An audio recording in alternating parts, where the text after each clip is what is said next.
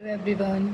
Today we are going to start a new topic, that is excretion. So firstly we should know that what is excretion. बच्चों को confusion होती है कि ma'am excretion, ejection और defecation ये सारे term same हैं क्या? Then I'll answer no. Removal of metabolic waste is called as excretion. इजेशन क्या था? हमने देखा था कि हमने खाना खाया, खाना खाने के बाद जो अनडाइजेस्टेड फूड था, कौन सा फूड था?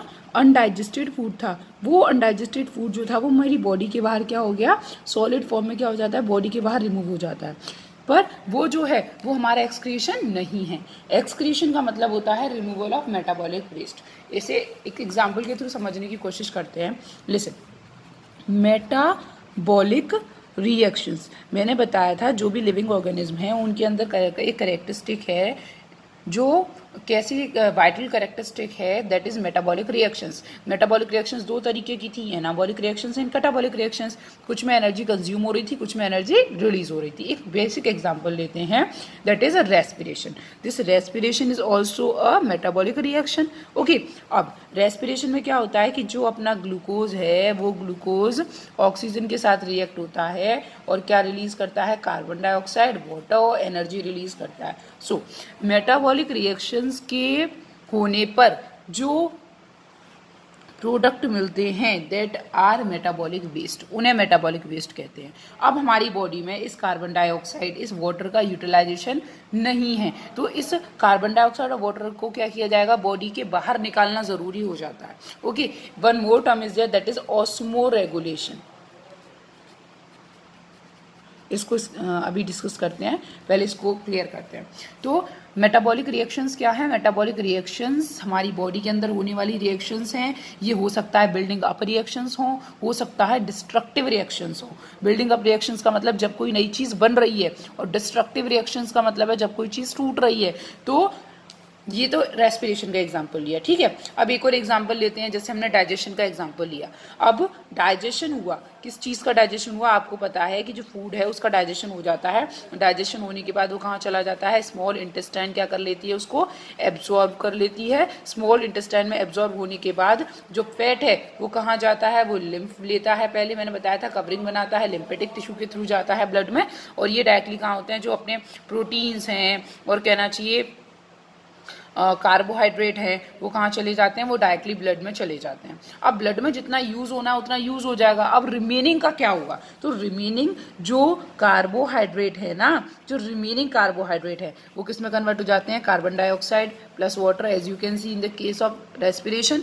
ओके, फैट जो होता है वो भी किस में कन्वर्ट होता है? कार्बन डाइऑक्साइड में और वाटर में कन्वर्ट होता है. जो प्रोटीन्स होती हैं, ठीक, और जो न्यूक्लिक एसिड्स होते हैं, ये प्रोटीन और न्यूक्लिक एसिड्स, आपको पता है न्यूक्लिक एसिड हमारे दो होते हैं, डीएनए होता है और आरएनए होता है. हम जो कोई भी चीज़ खा रहे हैं वो या तो एनिमल सेल है या प्लांट सेल है, ठीक है. फ्रूट्स खा रहे हैं तो क्या है? वो प्लांट के ही तो प्रोडक्ट्स हैं, तो या तो प्लांट सेल है या एनिमल सेल है. उन हर एक सेल के अंदर न्यूक्लियस होता है, न्यूक्लियस के अंदर न्यूक्लिक एसिड्स होते हैं. तो भले ही हम जो न्यूट्रिएंट्स ले रहे हैं उनमें कुछ ना कुछ अमाउंट में न्यूक्लिक एसिड भी ले रहे हैं. तो जो प्रोटीन है और न्यूक्लिक एसिड है ये भी किस में कन्वर्ट होते हैं? ये बाद में कन्वर्ट होते हैं नाइट्रोजीनस वेस्ट की फॉर्म में कन्वर्ट होते हैं, नाइट्रोजीनस वेस्ट, ठीक. तो अब वो नाइट्रोजनस वेस्ट कई टाइप के हैं. हो सकता है यूरिया हो सकता है यूरिक एसिड हो सकता है अमोनिया हो सकता है ग्वानिन हो सकता है अमीनो एसिड हो. तो different type of nitrogenous waste हैं, ठीक है. लेकिन हम यहाँ क्या समझाने की कोशिश कर रहे हैं आपको कि जो मेटाबॉलिज्म, जो मेटाबॉलिक रिएक्शंस हैं, उन मेटाबॉलिक रिएक्शंस के होने पर जो वेस्ट जनरेट होता है उस वेस्ट का बॉडी से रिमूवल जो है दैट इज एक्सक्रीशन, ठीक.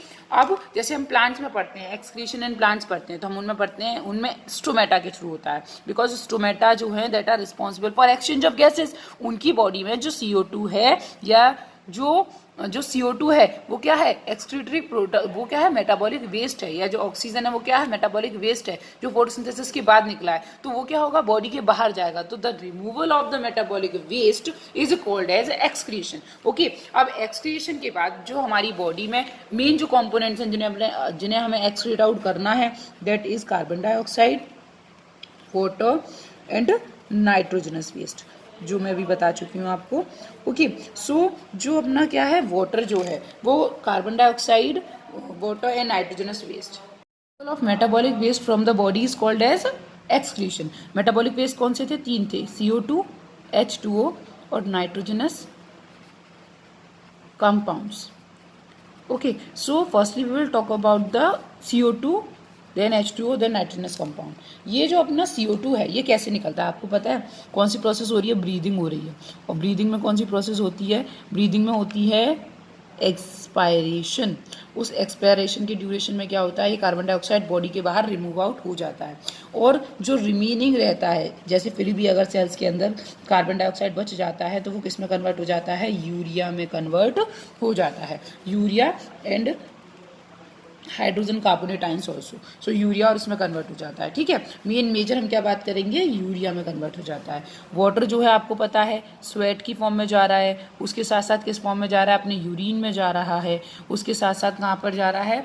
जब अपन एक्सेल करते हैं ना, जो एयर एक्सेल करते हैं, उस एक्सेल एयर में भी वाटर जाता है। अगर मैं बात करूँ एक दिन में कितना जाता है, तो अबाउट 400 ml पर डे। कब निकलता है? जब अपन जो बोथ लंग्स हैं जब उनसे एक्सेल आउट किया जाता है तो कितनी निकलता है? जो अपनी एक्सेल्ड एयर होती है उसमें अबाउट, जो अपनी एक्सहेल्ड एयर है उसके अंदर अबाउट कितना होता है? About 400 to 450 ml per day इतना वाटर रिलीज होता है। ठीक है, अब बात करते हैं नाइट्रोजनस वेस्ट की। मीन्स इन दोनों का जो रिमूवल है वो तो इजी है। अब नाइट्रोजनस वेस्ट कौन कौन से हैं मेन? तो नाइट्रोजनस वेस्ट जो है हमारे पास होते तो कई सारे हैं, जैसे अमीनो एसिड्स भी है, पर जो हम मेन बात करते हैं वो 3 की बात करते हैं। First one is ammonia, second one is urea and third one is uric acid. उसके साथ और भी होते हैं like amino acid, okay, like guanine, और भी होते हैं। पर हम किसकी बात कर रहे हैं? नॉर्मली हम बात करेंगे ammonia, urea and uric acid. यहाँ एक चीज़ मैं क्लियर करना चाहूँगी कि जो नाइट्रोजनस वेस्ट जो होते हैं वो हमारे लिए हार्मफुल होते हैं। ठीक है, जितने भी मेटाबॉलिक वेस्ट है वो हमारे लिए क्या है? हार्मफुल हैं। किसी भी चीज़ की एक प्रॉपर कंसंट्रेशन है, जब वो कंसंट्रेशन बढ़ जाएगी तो हमारी बॉडी में सीधी बात है वो हार्म क्रिएट करेगी। तो जो नाइट्रोजनस वेस्ट हैं इनमें भी क्या है? जो नाइट्रोजनस वेस्ट जितना ज़्यादा हार्मफुल है उसको रिलीज करने के लिए उतने ज़्यादा अमाउंट की वाटर की ज़रूरत है। आप समझते हैं, जैसे अमोनिया जो है वो मोस्ट टॉक्सिक है, सबसे ज़्यादा हार्मफुल है अमोनिया। जैसे मैं ये बोल रही हूँ कि ये सपोज मेरा कोई भी एक ए ऑर्गेनिज्म है, इस ए ऑर्गेनिज्म में इस वाली जगह पर ये अमोनिया बन रहा है। ठीक है, कहाँ? यहाँ पे क्या बन रहा है? ये अमोनिया बन रहा है। अब ये जो अमोनिया है ना वो ब्लड के थ्रू नहीं जा सकता। किसके थ्रू? ब्लड के थ्रू नहीं जा सकता। उसका रीज़न क्या है कि अगर ये अमोनिया ब्लड के थ्रू जाएगा तो ब्लड के कंपोनेंट्स को भी टॉक्सिक कर देगा, जिससे कि क्या हो जाएगी? पूरी बॉडी में टॉक्सिसिटी हो जाएगी और डेथ हो जाएगी। इसीलिए जहाँ पर भी बना है उसी पार्ट के थ्रू उस अमोनिया को निकालना क्या हो जाता है? ज़रूरी हो जाता है। जो नाइट्रोजनस वेस्ट जितना ज़्यादा टॉक्सिक है उसको रिमूव करने के लिए उतना ही वाटर चाहिए। इसका मतलब अगर मैं अमोनिया को रिमूव करने की बात कर रही हूँ तो मुझे क्या चाहिए? मोर अमाउंट ऑफ वाटर, ज़्यादा अमाउंट में वाटर चाहिए। अब एक बात बताओ, वो ऑर्गेनिज्म जो टेरेस्ट्रियल है, मीन्स जो ज़मीन पे रह रहा है, क्या वो अपनी बॉडी में इतना ज़्यादा वाटर कंटेंट इकट्ठा कर पाएगा या इतना ज़्यादा ले सकता है? नहीं ले सकता। तो सीधी बात है, अमोनिया को कौन निकाल पाएंगे? जो ज़्यादा वाटर जिनके पास होगा। और ज़्यादा वाटर किसके पास होगा? जो एक्वेटिक होंगे। हर चीज़ का साइंस रीज़न देती है, बिना रीज़न के कुछ नहीं होता। हमने बोला कि अमोनिया को रिमूव करना है तो ज़्यादा अमाउंट में चाहिए आपको वाटर, ज़्यादा अमाउंट में वाटर चाहिए। तो वाटर ज़्यादा अमाउंट में चाहिए तो वो कौन ऑर्गेनिज्म हो सकते हैं? वो एक्वेटिक एनिमल्स हो सकते हैं। उन एक्वेटिक एनिमल्स को, जैसे कि एग्जाम्पल की अगर मैं बात करूँ तो इसमें जितने भी इनवर्टिब्रेट्स हैं वो सब आते हैं। इनवर्टिब्रेट्स, ज़्यादातर सारे इन्वर्टिब्रेट्स आते हैं जिनमें वर्टिब्रल कॉलम नहीं होता है। जैसे हमने पढ़ा है, जो पढ़े हैं ना, जो अपने प्रिमिटिव ऑर्गेनिज्म पढ़े हैं, जैसे पॉरीफेरा है, टीनोफोरा है, प्लेटीहेल्मिन्थीज है, उन सब के अंदर वर्टिब्रेट इनवर्टिब्रेट्स में एक एक्सेप्शन है। That exception is insects. Insects जो होते हैं ना वो मैं आपको बताऊंगी वो यूरिकोटेलिक होते हैं। ओके, तो जो इनवर्टिब्रेट्स हैं ज़्यादातर, क्योंकि इंसेक्ट्स आपको पता है इंसेक्ट्स वाटर के अंदर इंसेक्ट्स नहीं होते हैं, ज़्यादातर टेरेस्ट्रियल इंसेक्ट्स हैं। तो अमोनिया जो क्या है, जो अमोनिया को रिमूव करते हैं या जिनकी बॉडी में एक्सक्रीटरी प्रोडक्ट मतलब मेटाबॉलिक वेस्ट, ओके, तो जिनकी बॉडी में एक्सक्रीटरी प्रोडक्ट अमोनिया होता है that are called as ammonotelic. Okay, the next one is urea. अब यूरिया जो क्या है वो मॉडरेट टॉक्सिक है। मॉडरेट टॉक्सिक का मतलब है वो ना अमोनिया से कम टॉक्सिक है। ये जो है ना वो ब्लड के थ्रू जा सकता है, ब्लड इसको कैरी कर सकता है, क्योंकि अगर ब्लड कैरी करेगा तो ब्लड में उतनी ज़्यादा टॉक्सिटी नहीं होगी। और इसके लिए वाटर भी क्या चाहिए, मॉडरेट चाहिए। वाटर भी कैसा चाहिए, मॉडरेट चाहिए, मीन्स कम अमाउंट में वाटर होगा, मतलब एकदम कम नहीं, मतलब नॉर्मल अमाउंट में होगा। ये किस केस में देखने को मिलता है, ये देखने को मिलता है कार्टिलेजिनस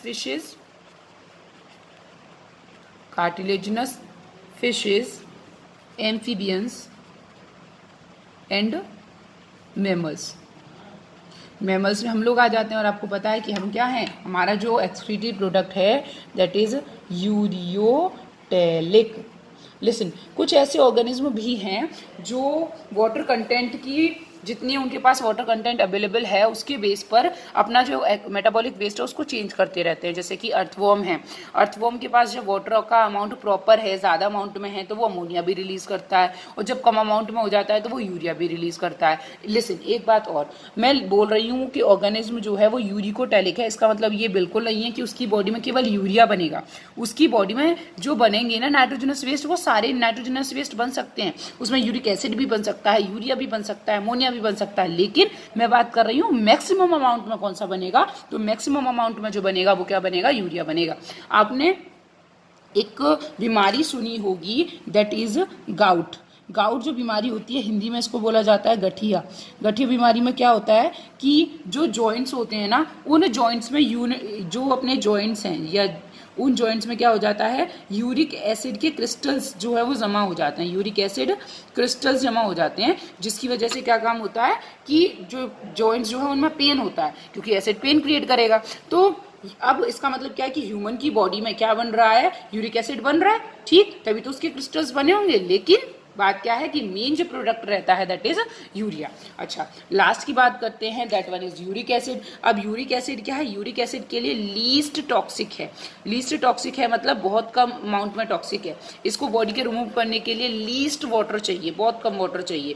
ये जो अपना एक्सक्रीटरी प्रोडक्ट है वो सेमी सॉलिड फॉर्म में भी निकाल सकते हैं और सॉलिड फॉर्म में भी निकाल सकते हैं। ये जैसे आपने देखा होगा बर्ड्स के जो एक्सक्रीटरी प्रोडक्ट है, जो एक्सक्रीट करते हैं, बर्ड जो एक्सक्रीट करती हैं, वो कैसा रहता है, वो सेमी सॉलिड टाइप का ही रहता है। तो उसमें एग्जांपल जैसे हमारा क्या है, एग्जांपल है insects, reptiles and birds. Okay, these are the examples. So in this video we have discussed about different type of nitrogenous waste. Okay, thank you.